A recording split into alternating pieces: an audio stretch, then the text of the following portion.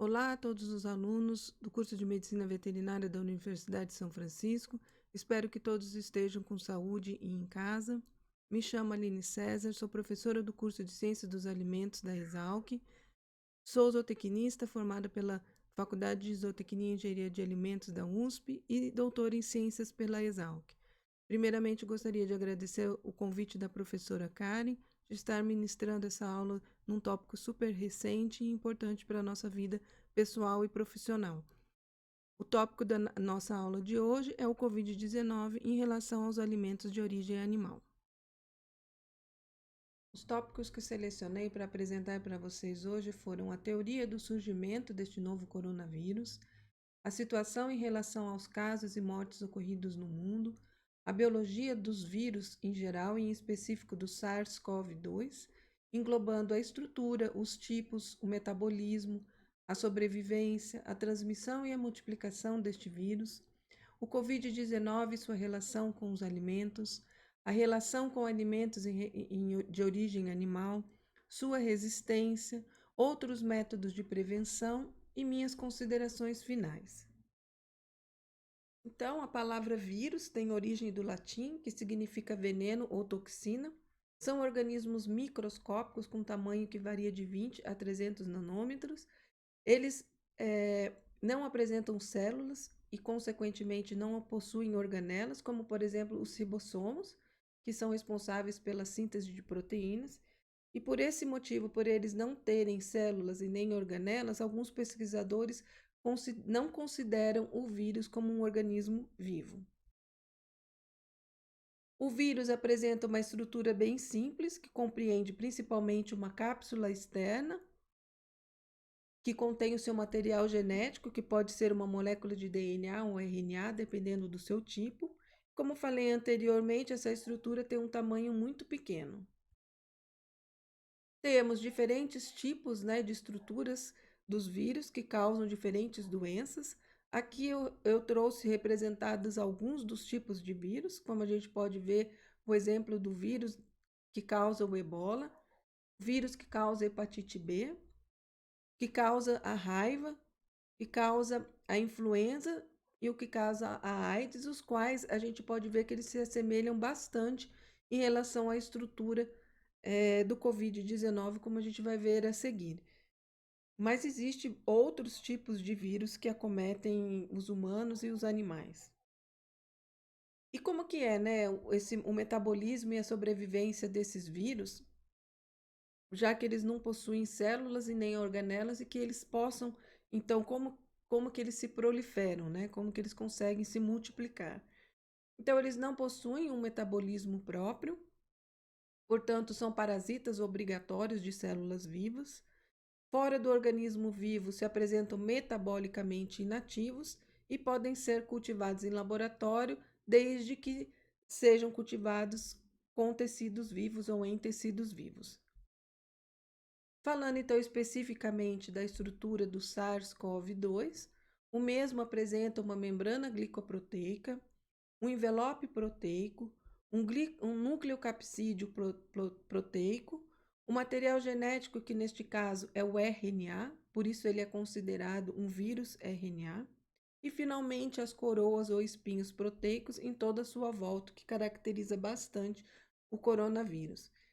E essas coroas é que são responsáveis por se ligarem aos receptores ACE, que são enzimas conversoras de angiotensina 2, presentes na superfície externa das células de pulmões, artérias, coração, rim e intestino. Esta é a porta, de entrada do SARS-CoV-2 no nosso organismo, atingindo principalmente os pulmões, uma vez que é a principal forma de transmissão, que é pela via respiratória.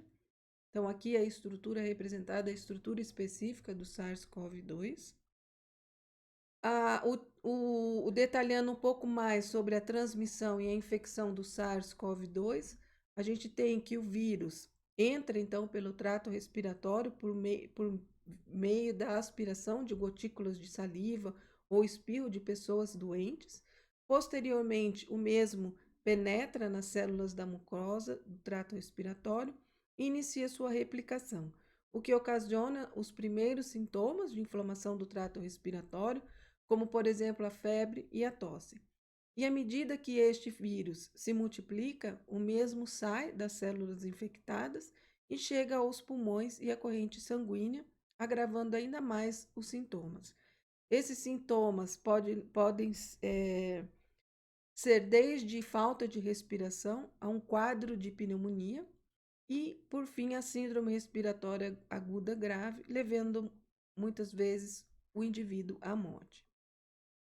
E como que ocorre, né, a multiplicação do vírus dentro da célula e sua saída para o meio extracelular?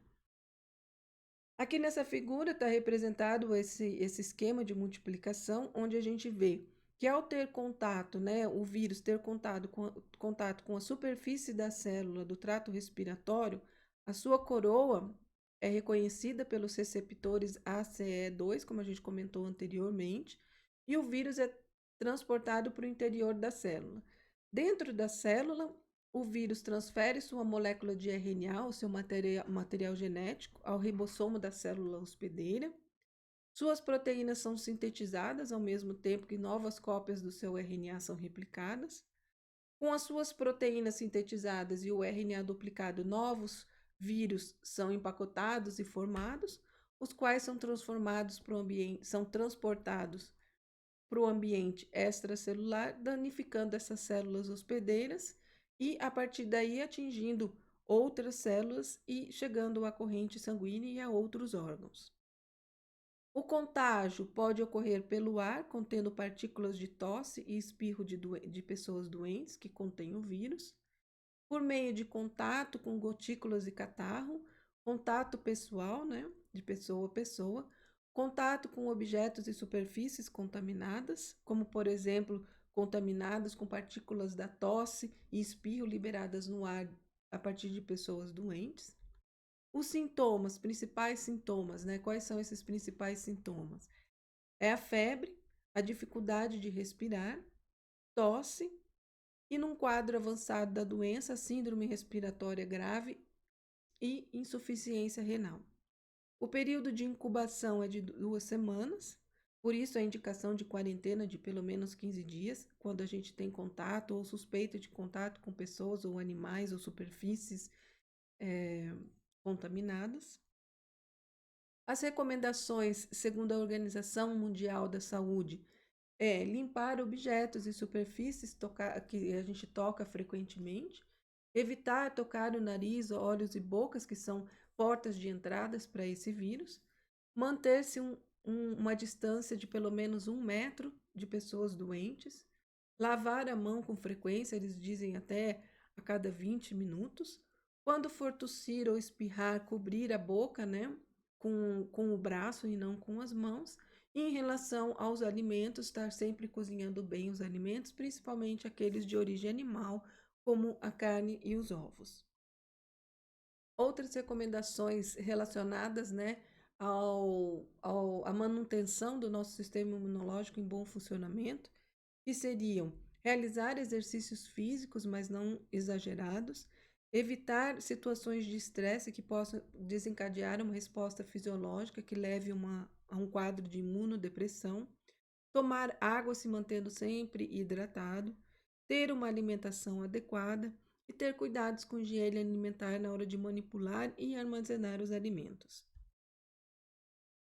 Quando a gente ouve essas recomendações em relação aos alimentos, a gente sempre levanta a questão: então os alimentos eles são capazes, né, de transmitir o SARS-CoV-2 para os humanos? Essa é sempre a pergunta que vem na nossa cabeça, né? A primeira resposta que a gente tem depois que a gente conheceu um pouquinho mais sobre os vírus é que o alimento por si só ele não é capaz de transmitir ou permitir a multiplicação desse vírus. Uma vez que o vírus ele precisa de um organismo vivo, ele precisa do mecanismo de tradução, transcrição funcionando, coisa que no alimento, seja ele de origem animal ou vegetal, ele já não oferece esse ambiente celular propício para essa multiplicação. O alimento ele tem um papel passivo e ele não confere nem a competição bacteriana não afeta o vírus, né? e eles são mais resistentes ao ambiente do que, por exemplo, ao tratamento térmico, o que geralmente os alimentos passam por algum tipo de tratamento térmico ou mesmo de algum processo de higienização. Então, segundo o CDC, que é o órgão de controle e prevenção de doenças dos Estados Unidos, e a Organização Mundial da Saúde, até o momento não existe nenhum caso confirmado de transmissão do Covid-19 por meio de alimentos, ou, na verdade, transmissão do SARS-CoV, né, por meio de alimentos. As transmissões têm mesmo ocorrido comprovadamente de pessoa a pessoa, e uma possível veiculação seria por meio das embalagens ou superfícies em que os alimentos são manipulados ou armazenados, mas que ainda não existe nenhum relato desse tipo de contaminação. Um estudo recente de Van Doremalen e colaboradores mostrou que o vírus SARS-CoV-2 é capaz de sobreviver até 3 horas no ar, 4 horas em superfície de cobre, 24 horas em superfície de papelão e até 3 dias em superfície de plástico ou aço inox, o que pode reforçar a hipótese de que é possível a contaminação das embalagens e o que o vírus pode se manter viável por algum tempo neste ambiente. No entanto, o tratamento térmico que os alimentos sofrem é capaz de destruir o coronavírus. A recomendação é que se consuma alimentos, principalmente de origem animal, que tenham sofrido tratamento térmico acima de 65 graus Celsius. Mas em relação aos alimentos consumidos crus, como verduras, legumes e frutas, todos estes alimentos devem passar por uma limpeza e higienização, o que também garante a eliminação do SARS-CoV-2. Outro fator importante em relação aos alimentos é que a indústria dos alimentos ela já segue os padrões de higiene e segurança do alimento, segundo as recomendações da Anvisa. Ela é uma cadeia de produção que está preocupada com a prevenção de doenças transmitidas por alimentos ou enfermidades transmitidas por alimentos. Essas indústrias já seguem, ou pelo menos devem seguir, programas de boas práticas agrícolas, que vai desde a escolha da espécie a ser plantada ou criada, até a colheita ou o abate, de boas práticas de fabricação, que vai desde a colheita ao abate até o consumidor, de boas práticas de manipulação dos alimentos, que engloba os processos de preparo dos alimentos. Muitas delas já adotaram, né, os procedimentos de análise de perigos e pontos críticos de controle e mesmo de análises de risco. A maior preocupação dos consumidores, muitas vezes, está voltada para alimentos de origem animal, uma vez que o Covid-19 é uma zoonose, mas, novamente, voltamos ao conceito de que as carnes já são tecidos mortos, transformados em carne, os quais já não oferecem mais um ambiente propício para a multiplicação do vírus. A mesma coisa a gente pode pensar do leite e seus derivados, os quais, né, devem sofrer obrigatoriamente o tratamento térmico, como a pasteurização, os ovos que também já não oferecem esse meio de multiplicação do vírus. Mas o importante é que nós devemos ter cuidados rigorosos para evitar qualquer tipo de contaminação cruzada, como, por exemplo, o contato de alimentos prontos para o consumo com aqueles a serem preparados ou higienizados. Aqui a gente pode apresentar um exemplo clássico desse cruzamento, dessa contaminação cruzada dentro de uma cozinha, que seria quando nós utilizamos uma mesma tábua para cortar a carne crua e o tomate que já está lavado e higienizado e que será consumido desta forma. Ou ainda favorecer o contato, por exemplo, de uma carne já preparada com vegetais que ainda não foram lavados e higienizados. Se a gente pensar, então, na cadeia, né, de produção da carne, aqui eu coloco o exemplo da carne bovina, mas isso se aplica para qualquer espécie. Essa cadeia envolve várias etapas de controle. Podemos iniciar com a alimentação, em que se deve garantir ao animal o nutriente e a água de qualidade necessários para sua mantença e bem-estar, assim como garantir, né, a qualidade e a inocuidade desses alimentos que são servidos para esses animais. Passamos então para a produção e criação, em que se deve garantir a saúde do animal, o qual deve receber vacinas recomendadas pelo Ministério da Agricultura, Pecuária e Abastecimento. Os animais devem ser criados em ambiente seguro e que promovam o bem-estar. Seguimos então para a etapa de abate, o qual deve ser utilizado o método humanitário com a insensibilização dos animais antes da sangria. Deve seguir os rigorosos procedimentos de segurança do alimento. Todo animal deve ser submetido à inspeção sanitária e seguir o processo de garantia do frio, qualidade e inocuidade da carne e dos seus subprodutos. No processamento, é a mesma ideia, né, que segue as recomendações estabelecidas pela Anvisa e já garante uma venda correta, uma venda que traga satisfação para o consumidor. Lembrando também que a distribuição tem o seu papel fundamental nessa cadeia, mantendo a integridade e inocuidade dos alimentos.